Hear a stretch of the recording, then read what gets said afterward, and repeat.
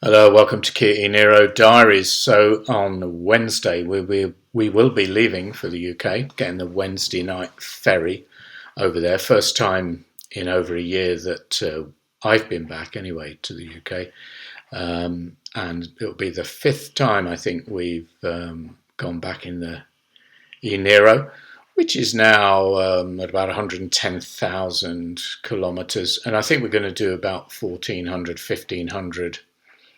Yeah, close to 1,000 miles, I think, on this round trip. We're going, as we always do, land in Portsmouth up to Buckingham, and then we're going to go down to Exeter to see my son and his Audi e-tron, which he got about 3 or 4 months ago. So that'll be interesting.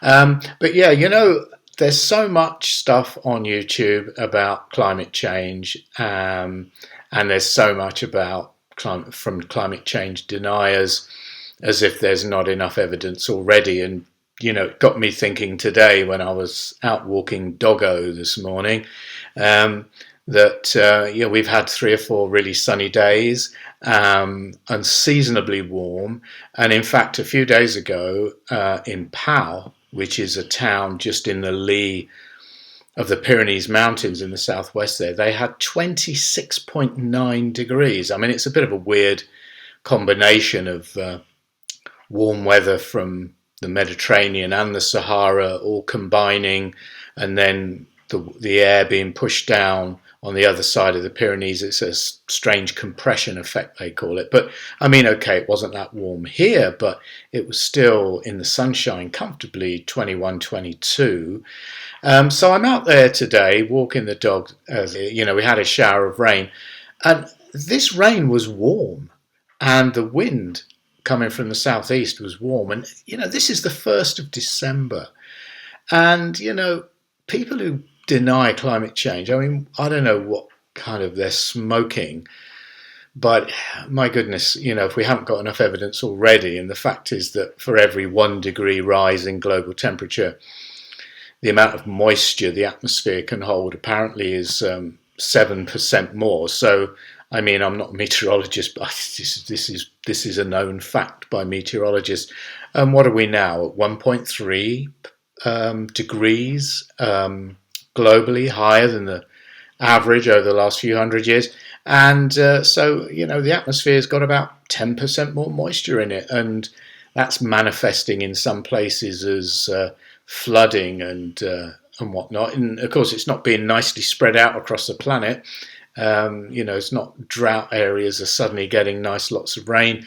It's all compressed into fierce weather in certain places, as we've seen in the UK recently with flooding, and in fact in other parts of the world too. So just thought I'd have a bit of a rant about that, because it does really make me mad when you see all these people saying, oh well, the earth has been changing its temperature for millions of years. But it takes millions of years to make that change.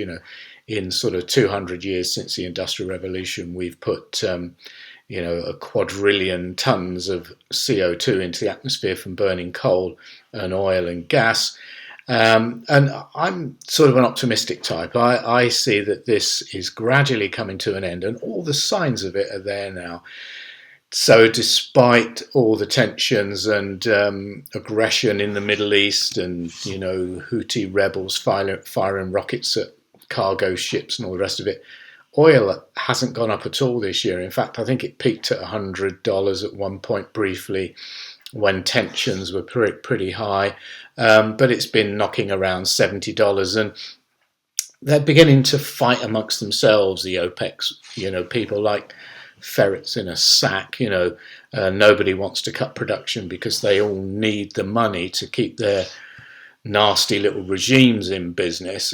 So I think next year we're going to see a glut of oil. The price is going to come down.